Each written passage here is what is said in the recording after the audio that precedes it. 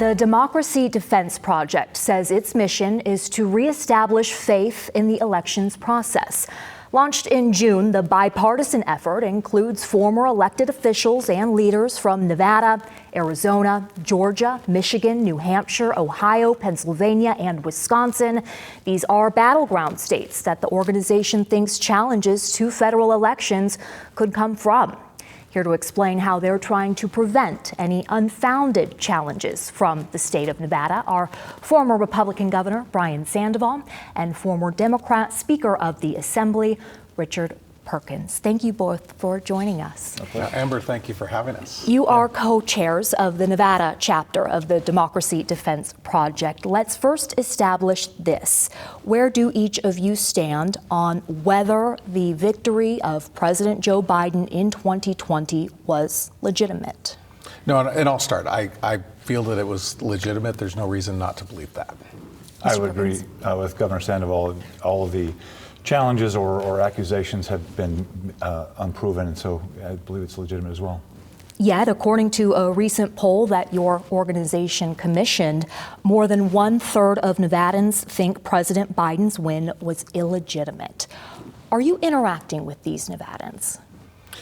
Yes, I mean, we have conversations with Nevadans, but for me, it's really important to go to the source.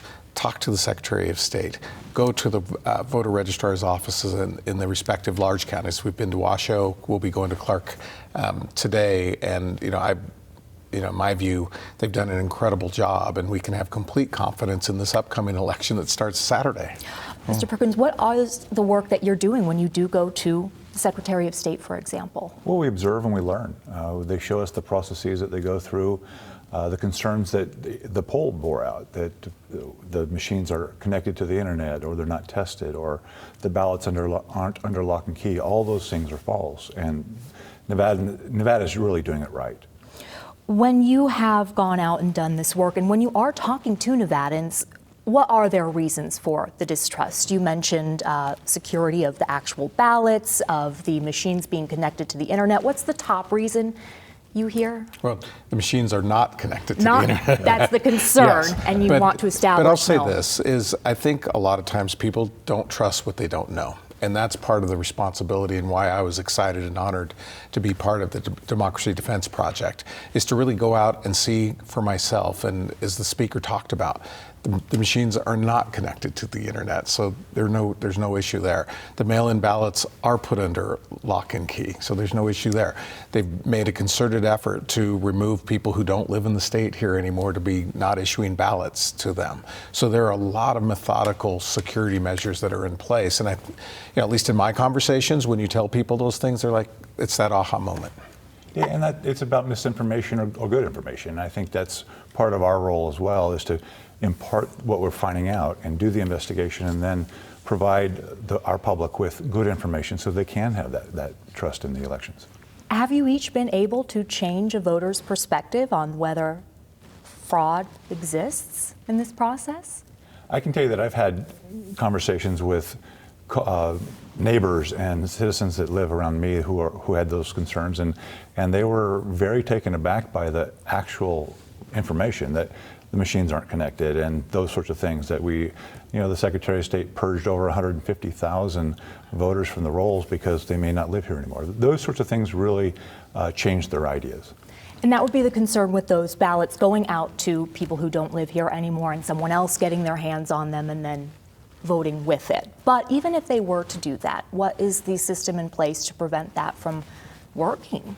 No, they have a signature validation process that is very closely monitored, and there's an effort where you have people that review those signatures to make sure that that's the actual ballot. But I want to back up and respond to your other question in terms of conversations. I have the privilege of serving as the president of the University of Nevada, Reno, and we meet with students often, and there is a very strong, aggressive movement to get students registered to vote and then to have them vote.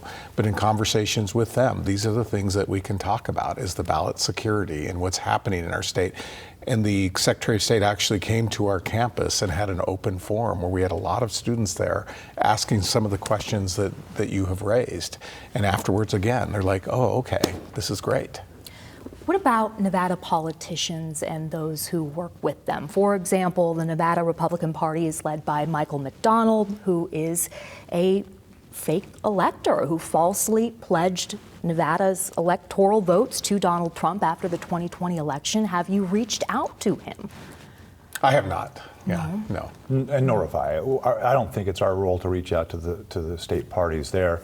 They have a role to play, and they have a partisan role to play. Ours right now is nonpartisan, or bipartisan, if you will. So yeah, I don't think it would have served the greater good for us to do that. Really?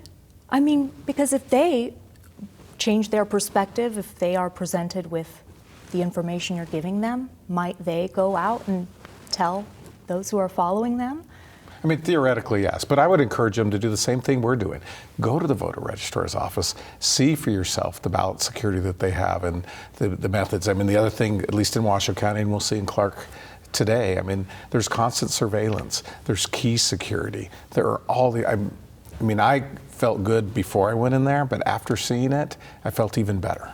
Yeah, it was impressive. I come from a law enforcement background, and security is a big thing. The transparency that they have as well. And by the way, when they validate signatures, it's a two-person bipartisan team, one Republican, one Democrat. So there's no way for that to be impacted by the partisan activities of our two major parties. You could reach out to Michael McDonald and say, hey, why don't you go take a tour, right? Sure. I mean, there's no harm in that. Yeah. But maybe, I mean, are you telling me that the Democracy Defense Project has kind of drawn a line in not reaching out to the politicians who are promoting these unfounded claims of election interference? I mean, we've been singularly focused on seeing for ourselves, having the conversations with the Secretary of State, visiting the voter registrar's office, reviewing the laws in the state. And again, it's our position, and this is why we're here today, to have this conversation with you so that the viewers can hear how great of a job our Secretary of State and our voter registrar's offices are doing. And I apologize if I left the impression that we would not communicate with them, but they have a role. I mean, they have a partisan role. So some of their communications are filtered through that lens. But yes, I think even this activity today is communicating to them as well. As Governor Sandoval said, we would encourage both major parties to go take these tours. Because you bring up the partisan role, I wonder, have either of you publicly endorsed a candidate for president, and will you? No and no. Okay. Yeah. Yes, I have. You have? I imagine that would be Kamala Harris. It is. Okay. Why have you chosen to and you have chosen not to? Well, in my position as president of the university, I don't take a partisan position. Right, okay. I don't have those constraints. And while I have supported candidates from both major parties, I chose to go down that road earlier this year. We'll go right into ballot question 7 then, because that goes into increasing confidence in the elections. And so ballot question 7 will ask Nevadans whether voters here should have to show photo identification, government-issued identification, in order to vote. There's bipartisan support for it in Nevada and across the country. Where do each of you stand on that measure? Well, again, for me, I cannot take political positions in my position as president of the university. Okay. And it's not as easy as the language in question 7. I mean, you have to drill down and ask all the questions.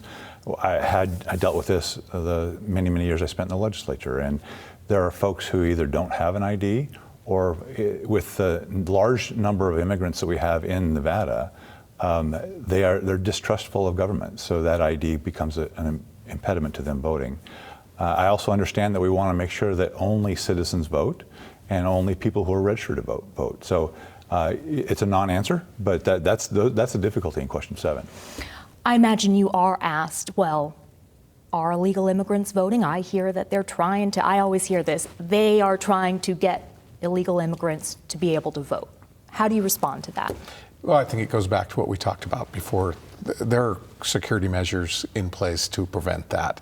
And I'm not aware, I mean, there may be a couple instances, but this isn't something that is pervasive in our state. Okay. Yeah, we have hundreds of thousands of voters in the state, and when these allegations come up, they might identify as many as you can count on one hand. That's not going to overturn an election. I don't know if I should ask this, but Has the Democracy Defense Project reached out to either candidate for president? No, not that I'm aware of. Okay. At least not in Nevada. Yeah, I'm not aware of that either. Yeah. And they probably haven't reached out to you either. No. Okay. Do you anticipate claims of voter fraud will happen after this election? Well, if history's any guide, absolutely. I mean, it happens every cycle. And then those allegations of voter fraud are oftentimes either just dispelled completely, or they'll find, like I said, 2 or 3 that wouldn't have impacted the election. And to what extent do you expect those claims to be made? I think it's going to happen, but that's part of the due diligence we're doing, but it's also part of what the state has done through the Secretary of State's office, the voter registrar's office. They're establishing this voter security, and if it's going to be tested, that's great, but I think it'll come out the same way it has previously, where they'll show that the elections were done with integrity and trust. And I can't speak for Governor Sandoval, but both of us, I believe, believe in the ability to seek resolution through the courts. I mean, that's one of our rights. But I think it's also important for us to, and he's done it already, but to continue to throw out kudos to the registrars and the election workers who are just so dedicated, and the Secretary of State. They've really done an amazing job. The poll that we talked about that you commissioned did show that this is an issue more among Republicans than it is among Democrats. How do you speak to fellow Republicans about this? And have you been, I guess, pushed to the side maybe, or have you received any pushback as a result of your stance that there was no fraud in the 2020 elections? I haven't been pushed aside. Obviously not. And that's part of this conversation we're having today. And there's always going to be a segment that is not going to believe or is going to be distrustful. But I'm hoping, for me, it's really important to go out and be able to give firsthand information based on my conversations, based on what I've seen, based on history. I'm a former judge, so I have a big trust in the judicial system. And everyone has a right to test, whatever they want to test in terms of filing a lawsuit, but have it, if there is going to be those challenges, I'm very confident in where the state and the county stand. What was the moment when each of you realized we got to do something about this lack of confidence? Yeah, I'm not sure I can pinpoint a moment, but it's the distrust in our elections has been growing for a few years, and it becomes scary. Both of us having been in elected office, having trust in your elections is really basic to our democracy, and we want more people to vote, not fewer people. And the outcomes then need to be embraced. So it's grown over time, and when the Democracy Defense Project reached out to me, I did my due diligence to make sure it was an organization that was not leaning one way or the other. It was really an honor to be asked. Was there a moment for you? Well, and this is something that I've been aware of, and since, we served together in the 90s. We've known each other since 1995, and having served as the Attorney General of this state, having served as governor of this state, I'm a true believer in our election integrity. It's not a perfect system, but it's something that has worked well. And now to have this opportunity to work with the speaker to really demonstrate to the people of Nevada that when they walk in to their polling place and they cast their vote, they can feel good about that. I thought maybe one of you would say January 6th would have been that moment. What did that date mean to each of you? Again, for me, I've been, had the fortune of being involved in public service in this state for a very long time. And as the speaker talked about, I really love our state, and I want everyone to be proud of our state. So for me, again, this has been an ongoing responsibility, and I see this as an extension of that. Anything you want to add? I agree, Dan. I remember where I was at on January the 6th, and the horrible feeling I felt in the pit of my stomach. But it was an inflection point. It wasn't really the tipping point for me to want to be involved. We've both been involved in public service and wanting to increase the integrity of our elections for a long time. I thought this part from the Democracy Defense Project website was interesting. This quote, DDP intends to leverage both earned and paid media to launch a campaign aimed at exposing and countering attempts to subvert elections nationwide, promoting constructive dialogue over divisive and threatening rhetoric. Has this happened yet, this kind of campaign, this launch? We're doing it right now. Oh, this is it? Yes. Okay. No, these types of conversations, and we've done interviews with other media outlets and had the very same conversation that we're having today. And whether it's this topic or any other, just combating the misinformation that's out there. Social media can be good or bad, I guess, but having the ability to work with you, having this conversation now, and communicating with voters through these mediums are really powerful. For some reason, I was imagining commercials that were saying that would be, very bold and aggressive at pointing out any attempts to change people's confidence in the election system. But you're saying it seems to be more of what kind of approach would you say you're taking? An educational approach. Okay. Yeah. Okay. More grassroots than the grass tops, but this educational approach through you and others, I think, is very, very valuable. How specific do you have to be, though, in that messaging? Because, for example, former President Trump said on social media in September that the election will be, quote, under the closest professional scrutiny, and when I win, those people that cheated will be prosecuted to the fullest extent of the law. Do you need to immediately respond to those claims? I mean, he is implying that there are going to be cheaters. Well, I think that's speculation, but I think scrutinize the system all you like, and that's part of why we're here. We have been scrutinizing the system, Absolutely. and my takeaway is that we have an incredible system. We have an incredible Secretary of State. We have wonderful people at our voter registrar's office. They purchase the latest and greatest equipment to ensure election integrity. That's what it's all about. And when we did those visits and tours, I went in there with just some personal skepticism because I wanted to ask the questions, and we did ask a number of questions about how does this work and how does that work, and how, are there safeguards in place? And I came away from there very impressed, and that's the only response that I think that I could have for former President Trump is, let's look at the system. The voting machines, which is used in Nevada, Dominion, right? I don't know if I know that off the top of my head. Okay, So, yeah. but that has been under scrutiny. However, Fox News went on to settle with Dominion because they had sued them for defamation. And so to avoid a trial for that, Fox News settled. So let's move on to how much more work do you do after the election? Is that when you anticipate your efforts to really ramp up? Do you change anything, or do you continue this kind of track?